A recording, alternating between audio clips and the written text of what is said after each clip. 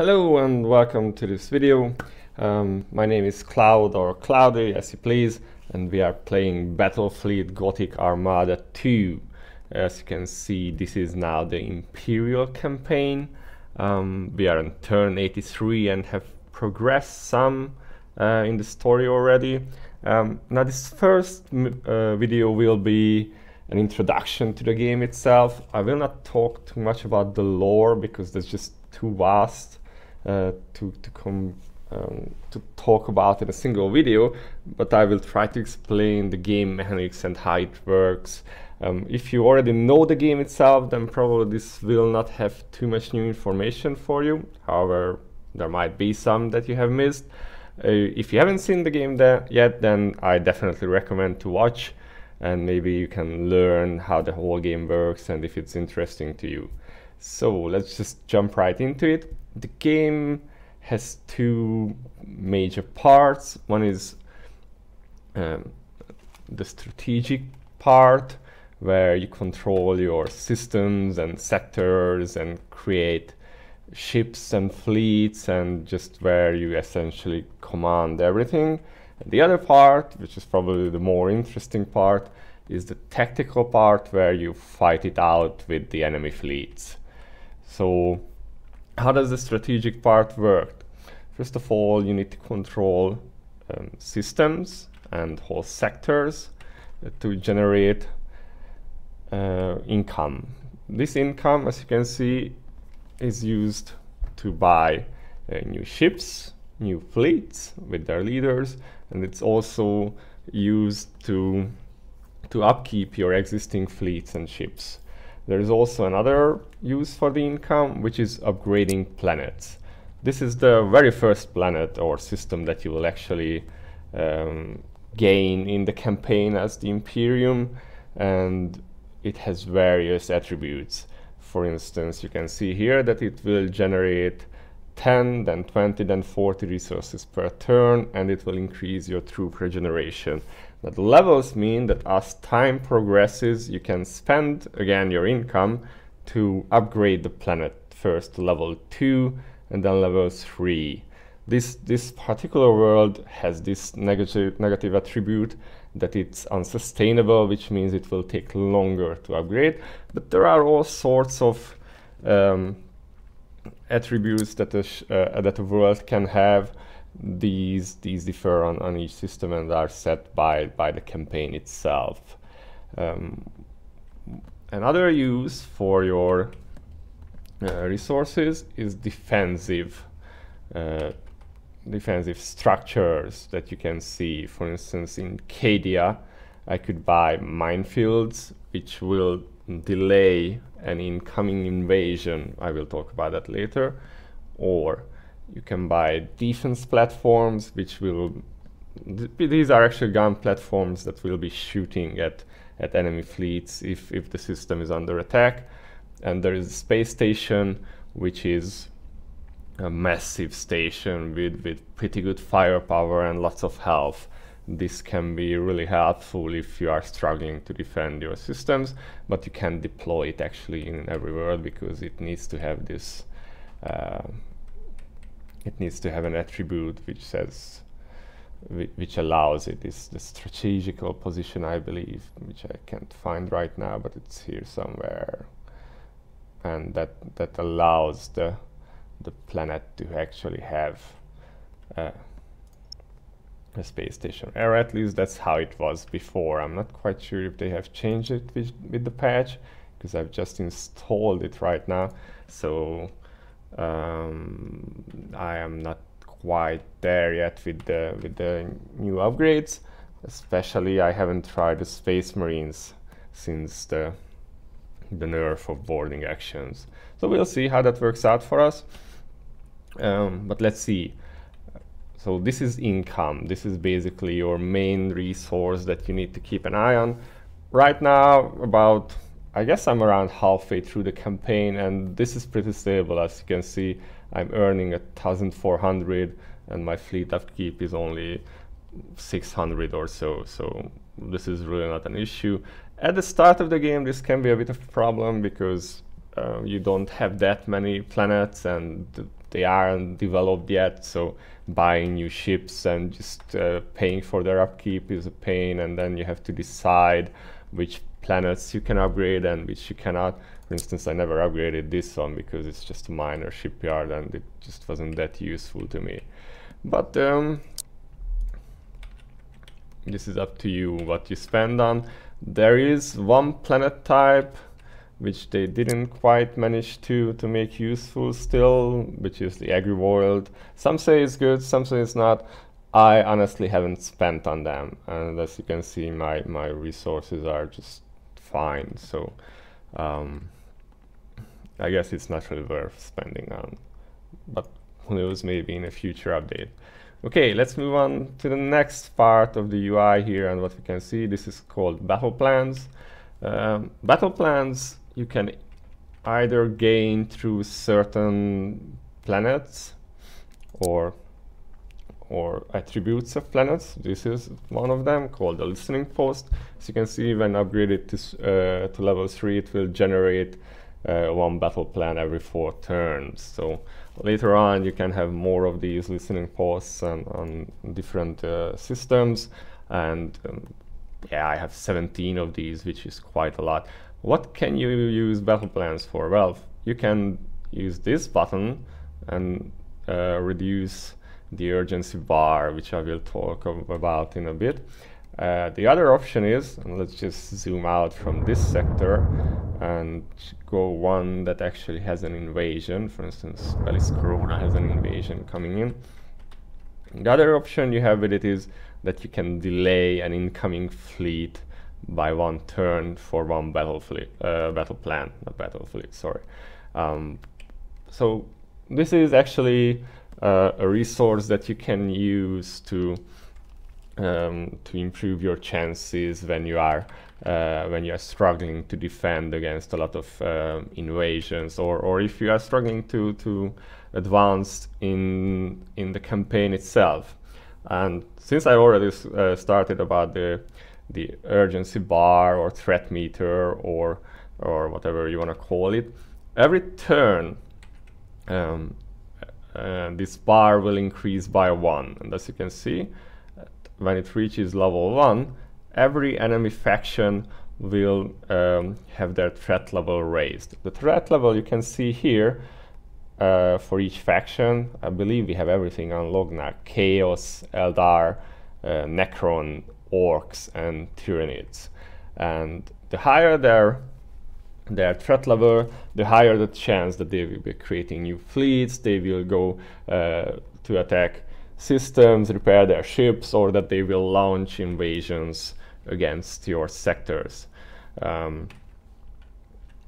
Right now they don't really own any systems except for in Medusa, because I never got around to come to Medusa so far, so I don't really get attacked within the sectors coming from other planets, but there are invasions like this one, for instance. So this is just coming from somewhere in outer space, and you can only delay it with minefields or with battle plans, and you just have to fight it out, or you can choose to give up on the system, but that's should only be done, I guess, if you really can defend it against anything.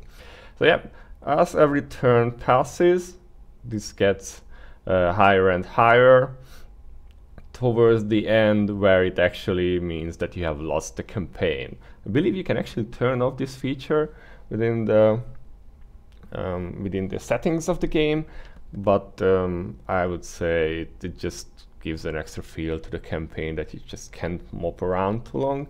However, when things are looking good for you, especially like in the first part of the campaign, when you still only have Cadia, once you have captured all the systems, it's actually a good idea to just end turn for a couple of times and just wait around and let the bar fill a bit and just generate some income, because once you get to Groupena, which is like the major hub system, it's just really awesome, you will need to spend a lot of credits, especially in this system, to upgrade everything.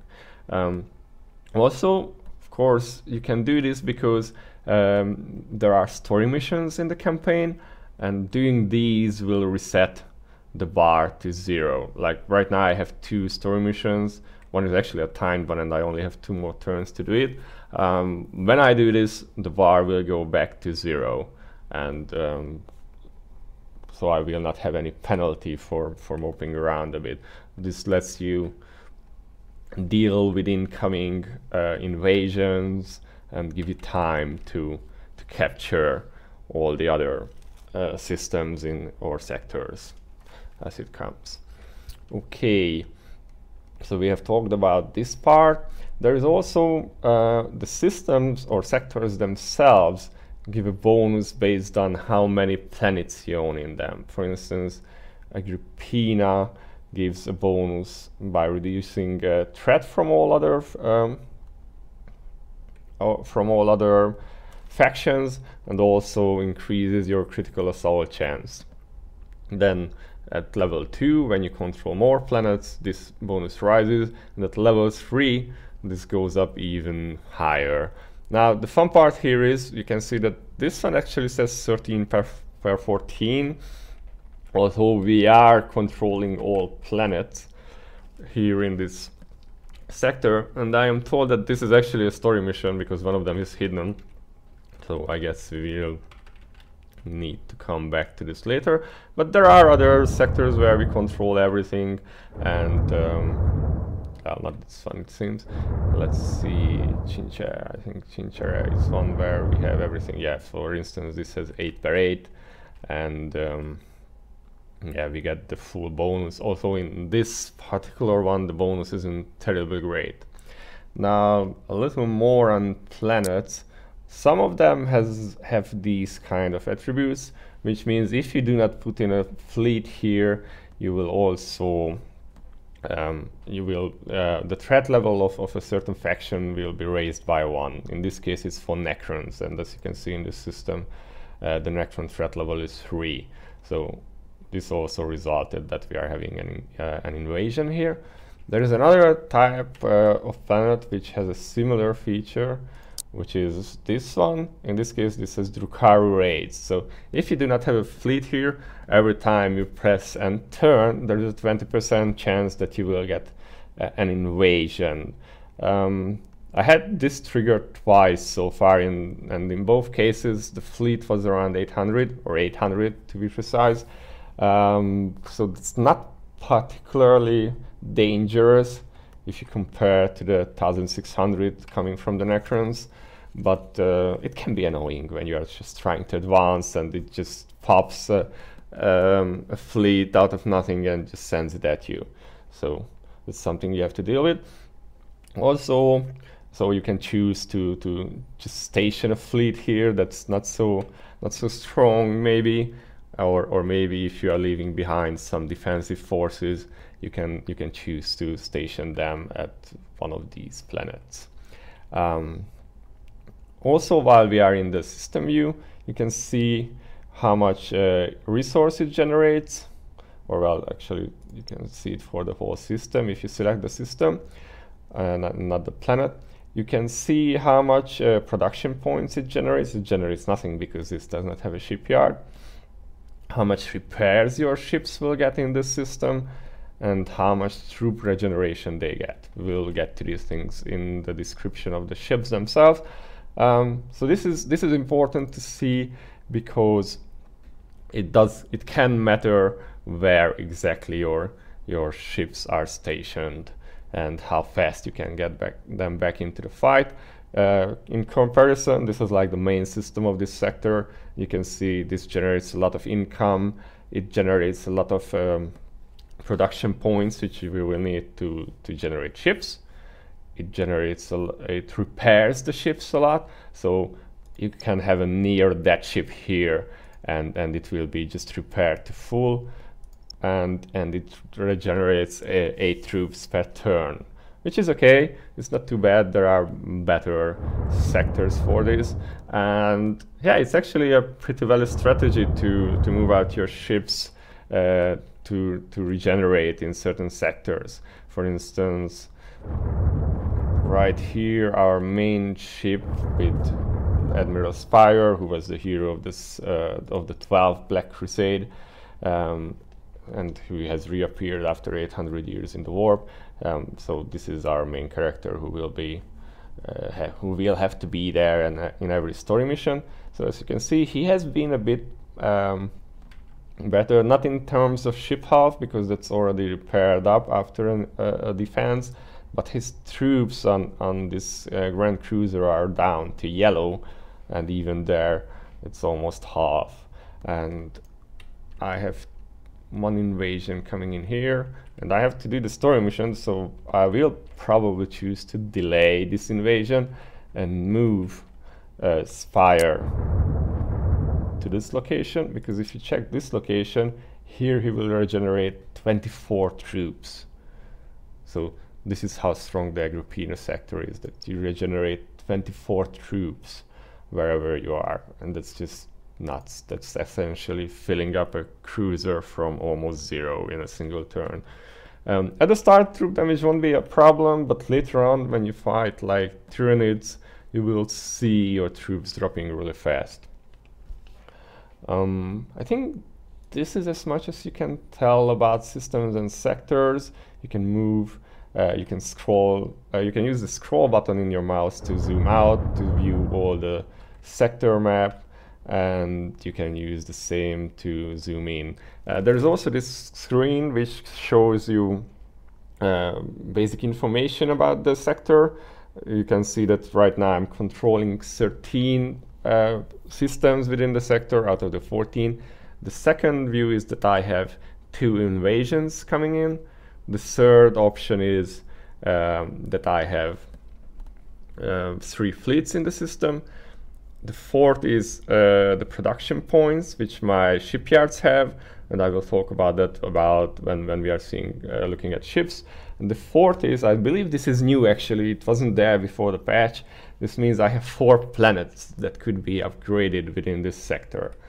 In this case we only have 1, and let's see, I believe this is an agri-world somewhere. Yeah, it's this planet, which is also an agri-world, which I have shown you, and it also has the Tyranid remnant, which means that it increases the threat of Tyranids in this sector. So there's that. We currently have a fleet here, so that doesn't apply, but even so, the Tyranids have a threat level of 3. Perhaps one more thing, certain planets, like it was this one, you can see the actual attributes here as well. Certain planets you can only attack if you use battle plans. I believe we have one in this sector, in the Medusa sector. Yeah, so this says you need to use battle plans to be able to attack this this system. Sorry, I keep mixing these up.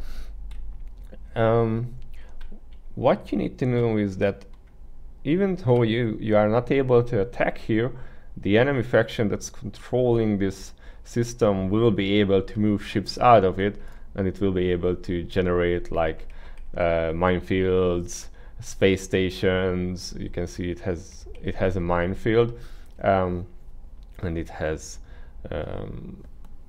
weapon platforms, gun platforms to defend, and it also has 3 fleets worth of 800. So that could be a pretty tough battle to fight. Right now no one owns this system, but I believe the orcs will be moving at it pretty fast, and they have a space station here. That's pretty cool. Yeah, minefields. As I have said, when you deploy minefields, it will delay the incoming fleets by 1.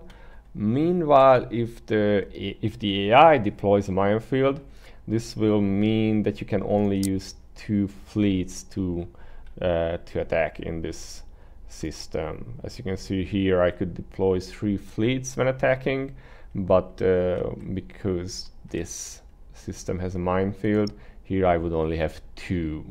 So this is something to keep in mind. Although until now I haven't really met any force that I couldn't fight off with 2 fleets, but maybe this one looks pretty tough. I mean, orcs in general are pretty strong against the Imperium, so we'll see about that. Okay, I think that really is all the information you can have about planets and systems and sectors. Let's move on. Here you can see the counter of your fleets, or your command capacity, if you will have it. These are the 3 sub-factions of the Imperium that are in the game anyway. This is the Imperial Navy. As you can see, I have a maximum capacity of 4 Imperial fleets, and I have 4 of those. This is for the Adeptus Astartes, the Space Marines. I could get one more, but I am waiting on a leader that I actually like, so I haven't bought any new Astartes fleet yet. And this is for the Adeptus Mechanicus or AdMech, and as you can see, I have 3x3. And with that, we can move on to this part, the Renown panel. As you fight battles, you earn Renown. This is the Renown, but you could consider this experience in a fantasy game or an RPG. Essentially, you level up, you get access to more and more fleets, of all different factions, as you can see here. You get access to larger ships. Yes, I will show this in the ships section, but you can see I have all, for the Imperium, all 5 ship grades or tonnages unlocked, which means there is also an escort ship, but you do not need to unlock that. So there are light cruisers, cruisers, battle cruisers, grand cruisers, and battleships. So this means that I can actually get any of these type of ships for my fleets. I'll show this in the ship panel and talk about that a bit more.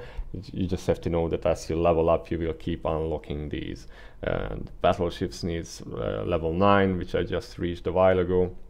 So I'm quite happy to have that. Now, another capacity that goes up as you level up is your fleet capacity and your leadership. The fleet capacity means the maximum tonnage that you can have in each fleet.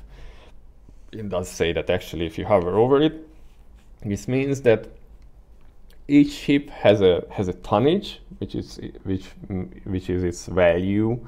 Also not its fighting power, because it's slightly different, but it has this value based on its tonnage, and you have a maximum on how much of that you can have in each fleet. In this case, it's 800. Now, your leadership means how much tonnage you can have in the battle at any given time. This means at once.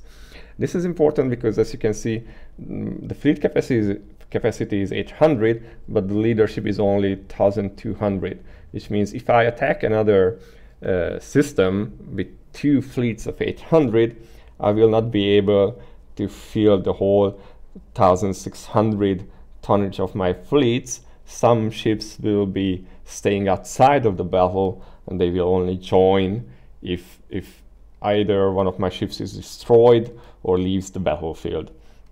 So that's something to keep in mind. Again, as I was showing the orcs, they had a 2400, but the AI has the same limitation. It actually scales up together with you, so that the 2000 plus fleet would only have 1200 on the map at a given time, and as I destroy their ships or make them run, new ones will join the fray. So this is something to keep in mind, that you this is that you cannot deploy all your ships all at once, and that you will need to get in reinforcements, or you don't. Depends how tough your enemy is and how well you play.